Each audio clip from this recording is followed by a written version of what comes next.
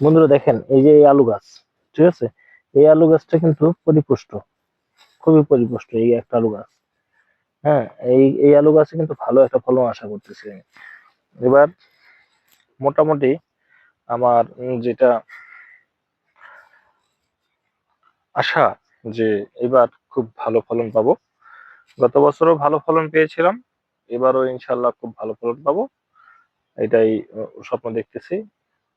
কারণ গত বছর তো কিছু আলু আমার নষ্ট হয়েছিল রোপণ করতে করতে, বৃষ্টি পানি সবকিছু মিলায়ে আমার একটু লস হয়েছিল।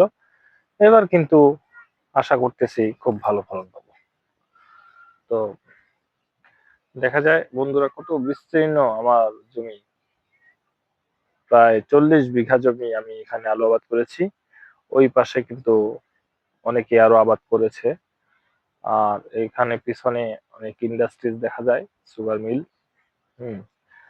আর আজকে আকাশটা পরিষ্কার, ভালো লাগতেছিল, তাই ভাবলাম যে আপনাদেরকে আমার আলুর প্রজেক্ট, আলু ক্ষেত একটু দেখিয়ে নিয়ে আসি।